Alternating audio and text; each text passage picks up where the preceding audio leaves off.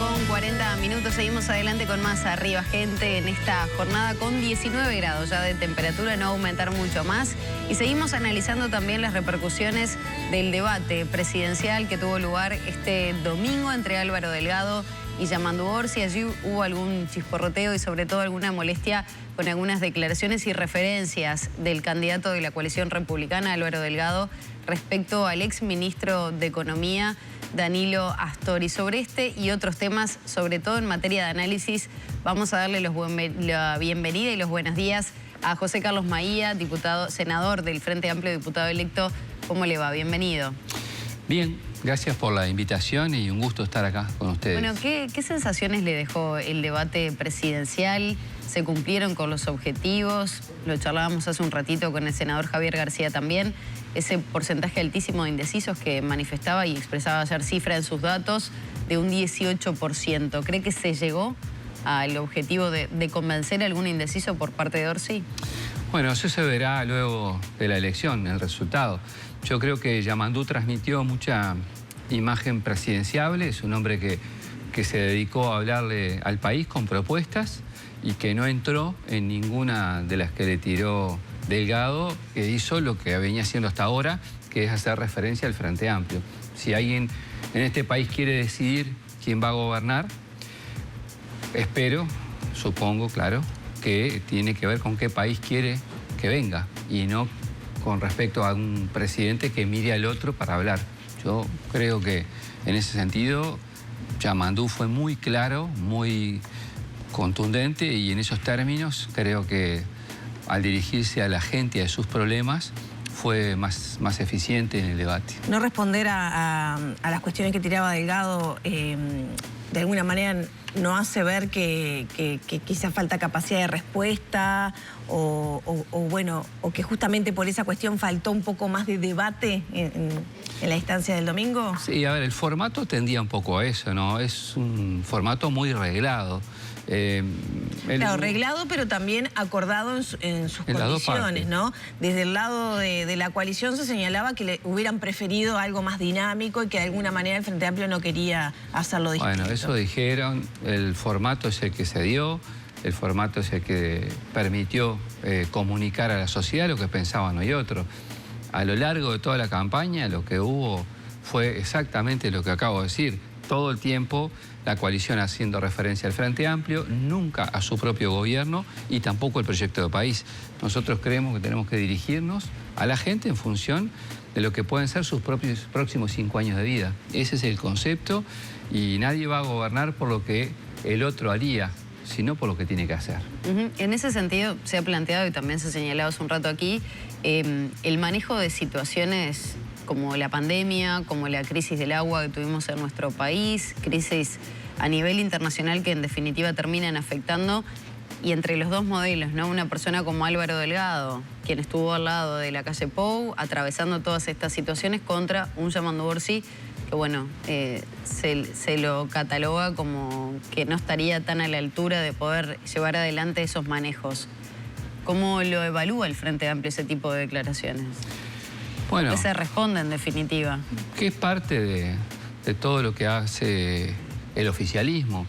El Frente Amplio estuvo a la altura en todo momento, votó en el Parlamento todas aquellas iniciativas que hacían a las salidas a la pandemia, no estuvo de acuerdo en cuanto a las restricciones que hubo durante la misma desde el punto de vista social, la falta de atención a la gente, la caída en la pobreza que se dio de muchísima gente, tuvo que ver mucho más con un modelo ortodoxo, neoliberal que aplicaron, que ahorraron, entre comillas, plata y ajustaron durante la situación más dura. Y bueno, en esos términos, todos tienen que hacerse cargo. Yo creo que además la experiencia de lo que fue la crisis del agua tuvo situaciones muy complejas. Por ejemplo, se fue para atrás y para adelante, incluso con las soluciones como Casupá, con la otra proyectada que hasta el día de hoy está en veremos. En fin, Este es un gobierno de muchos anuncios y muy pocas conclusiones concretas de acciones. Anuncian muchísimo más de lo que hacen y bueno, después salen por los medios con los gerundios, estamos haciendo, y lo que hacen a veces es empezar un pequeño paso. Ahora, ¿qué pasa con su análisis a propósito de cómo la población considera esto que usted dice? Porque no se vería reflejado en la intención de voto, que está mitad de mitad, ¿no? Bueno, vamos a ver, es un periodo que viene así. Yo no me imagino escenarios de balotaje que sean abrumadores en el Uruguay. ¿Hace cuántos años estamos en términos parejos hacia un lado hacia otro? Y bueno, desde el 2004 a la fecha, levemente a favor del Frente Amplio en 3 oportunidades y una en el caso del Partido Nacional. Es más, cuando quedó en un 39% el Frente Amplio en octubre, en la fórmula Martínez, con Martínez a la cabeza, bueno, ahí perdimos por 30.000 votos la elección. Esta vez estamos muchísimo más cerca. Por lo tanto, yo tengo optimismo y confianza que la gente va a votar para cambiar el estado actual de cosas. Ahora, mucho se habla de las cuestiones del bolsillo, de la economía particularmente, de la seguridad y de la educación. Sin embargo, no se ve reflejado eso en el malestar de la población. Por eso mismo, prácticamente 2 bloques partidos a la mitad que optan por este continuismo, la continuidad del gobierno actual. Allí, ¿cómo se analiza por parte del Frente Amplio esa situación y esa realidad? Bueno, insisto con esto, yo creo que hay una mayoría a favor de cambiar las cosas y esa mayoría se va a ver reflejada el próximo domingo. El Frente Amplio ha hecho muchas propuestas en materia de seguridad, en materia de educación, en políticas sociales, en aspectos económicos. Eso fue el centro de la presentación de Yamandú, un hombre que se paró como el presidente que tiene que conducir el Uruguay. Y en esos términos, a la larga, quien entre al cuarto secreto va a elegir, pero además con un elemento más fuerte. El Frente Amplio ya tiene y cuenta la fórmula de Orsi y Cose, que no la tiene la fórmula Delgado-Ripoll, mayoría parlamentaria en el Senado. Y esa mayoría parlamentaria en el Senado es clave para gobernar. Lo es para el control del Poder Ejecutivo, lo es para la designación de todos los directores de los entes autónomos, lo es incluso para el funcionamiento mismo del Senado. Eso ya está a favor de la fórmula de Orsi y Cose. No han explicado, no han dicho hasta el día de hoy cómo piensan hacer desde ese lugar. Bueno, negociando es una de las propuestas. Sí, claro, negociamos todo. Ahora, te dicen de todo durante la campaña electoral, no de ideas, insultan. ¿Cómo qué, por ejemplo? ¿Y ustedes no han escuchado a senadores del Partido Nacional hablando de referentes del Frente Amplio como moribundos, como Tribilín y cosas así? ¿Lo han escuchado ustedes? ¿Alguien lo escuchó en el Uruguay? ¿Algún dirigente nacional del Frente Amplio descalificando personalmente a adversarios? O sea que si el Frente Amplio no llega a la presidencia, desde la Cámara de Senadores, donde sí tienen mayoría, ¿van a cobrar estas cosas que usted menciona? No, va a ejercer lo que la ciudadanía determinó. La pregunta es, insisto... ¿Se opondrían, por ejemplo, al nombramiento de autoridades que precisan venia? Nosotros vamos a trabajar para ganar el domingo y de ese escenario hacemos la proyección de cosas.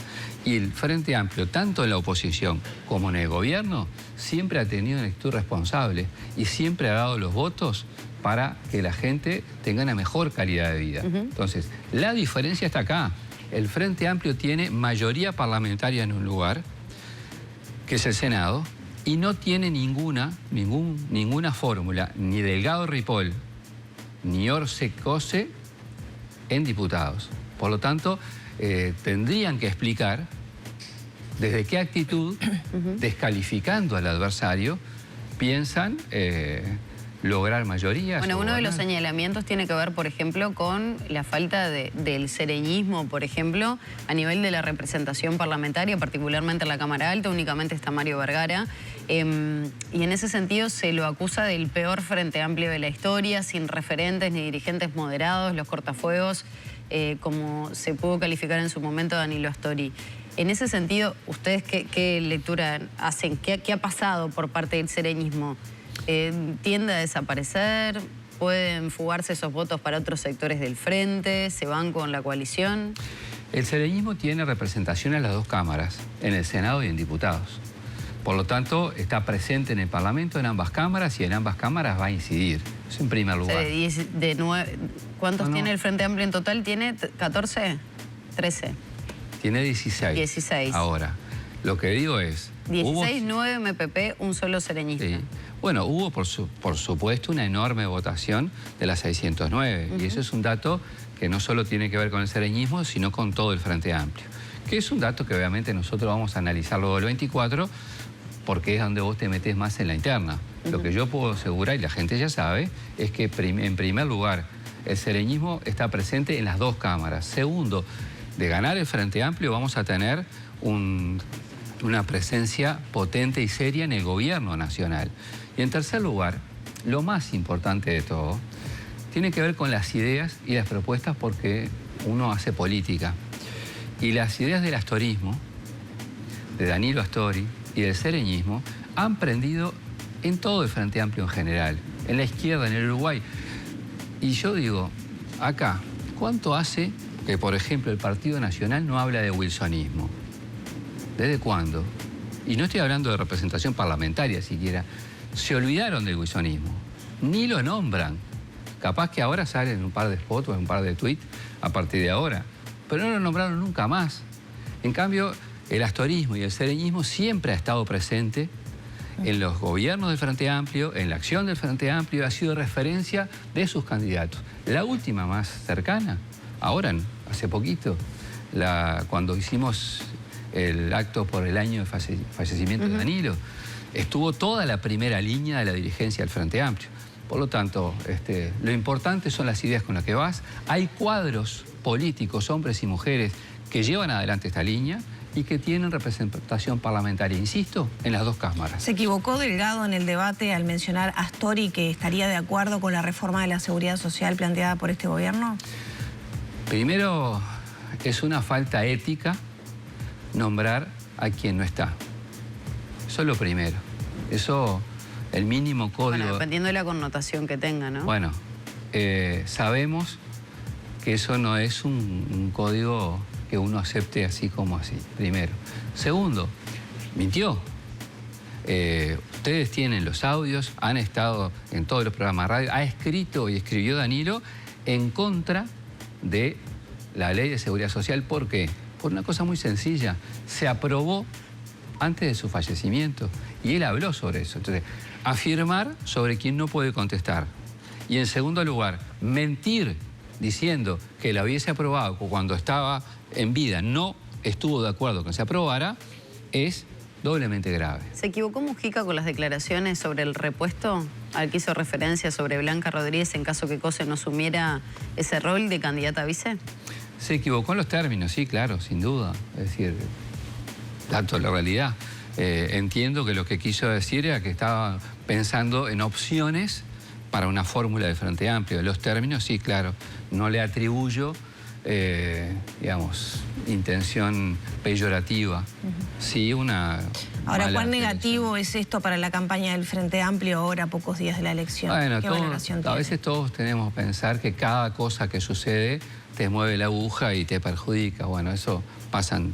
¿Y en este caso? Y bueno, en este caso ese término puede haber gente naturalmente que no le haya gustado y está bien. Claro, no viene de cualquiera, ¿no? Viene de No, es el Pepe, claro, que tira análisis generales y habla de la importancia de los espacios políticos. El término fue un error, sin duda. El concepto de lo que desarrolló fue el contexto en el cual Blanca Rodríguez hoy está haciendo política en el Frente Amplio. ¿Hay artículos de la LUC que se derogarían en caso de ser gobierno? Bueno, yo creo que sí, claro. Y ¿No se respetaría la voluntad del No, pero eso, a ver, vamos a entendernos. Eso es algo que hay que dejarlo claro. Se acaba de perder un plebiscito sobre el tema de allanamientos nocturnos, que ya había sido plebiscitado antes y se llevó 2 veces. Por lo tanto, no es la primera vez que sucede eso. Segundo, este gobierno fue con iniciativas legislativas sobre esos temas luego de haber sido derrotada en la anterior elección, la del 19, este tipo de iniciativas. O sea, nosotros anunciamos en el programa, y lo anunciamos durante toda la elección, que hay aspectos de la LUC que sí que hay que cambiar y tenemos que cambiar. ¿Cuáles son los primordiales? Voy a nombrar uno solo, como para poner ejemplo. La educación. Claro. Cuando hablamos de los consejos y la eliminación de la participación de los órdenes docentes, en los consejos tiene que estar. Sin embargo, Orsi ha señalado que no iba a ser reforma de la reforma en materia de educación. ¿De alguna manera esto no tiene que ver con reformar lo que ya se cambió? Me imagino, a ver, estoy interpretando, ¿no? Que eso tiene que ver más con contenidos curriculares, con diseño mismo de la transformación, básicamente. De la transformación educativa. A ver, cuando asuma el próximo gobierno, y yo espero que sea llamando el 1 de marzo, las clases ya van a estar todas asignadas a fin de este año. Ahora en noviembre van a elegir las horas en educación media. O sea, todo el año lectivo va a empezar con todo lo anterior. Por lo tanto, va a haber un tiempo para analizar sin preconceptos cuáles son los cambios que hay que hacer. Y en la misma intervención, creo que Yamandú habló de algo que yo lo he escuchado por todos lados, que es a los docentes, a muchos docentes que están hipercargados con las tareas administrativas que esta transformación educativa puso. ¿Va a ser ministro de Educación y Cultura en caso de que el Frente Amplio acceda al gobierno? No me lo han propuesto. ¿Te gustaría? Bueno, puede ser un desafío interesante, claro, pero no lo tengo planteado en esos términos, primero porque no tengo la propuesta y segundo porque todavía no llegamos al 24. Primero hay que ganar y después ver. Maía, quiero retomar los temas vinculados a educación, sobre todo por esos planteos vinculados a la incorporación nuevamente de la representación de docentes en los órganos de decisión, ¿no? Sobre todo en el Consejo. Mujica fue muy crítico cuando dejó su gestión, diciendo, estoy no textualmente señalando lo que manifestaba él, pero sí que habían trancado muchas de las cuestiones en las cuales se intentó avanzar en materia, bueno, no de transformación, pero sí de cambiar algunos aspectos. ¿Qué diferencial tendría en esta oportunidad incorporar nuevamente a los docentes y sobre todo dialogar desde otro lugar con los sindicatos? ¿Cree que puede haber otra apertura por parte de los profesores, de los maestros, de los trabajadores de la educación con un gobierno frente amplista? 3 comentarios. El primero, yo creo que todos aprendimos de lo que significa un gobierno conservador en materia de educación. Esto es la pérdida de inversión en educación, el retroceso en resultados educativos, la mayor cantidad de estudiantes por aula, es decir, una educación en condiciones más complejas. De ese lugar yo creo que todos aprendimos. Y yo no veo otro camino que el de involucrar a los actores educativos en lo que sucede en el mundo de la educación. La responsabilidad de conducir la educación es política y es del gobierno. Pero dentro de esa responsabilidad está involucrar a los actores educativos. Y estos no van a sustituir lo que es la decisión de un gobierno. La van a complementar, la van a enriquecer. Y de ese lugar, yo creo que es el lugar donde tenés que pararte en materia educativa, sin preconceptos. Yo siempre recuerdo esto.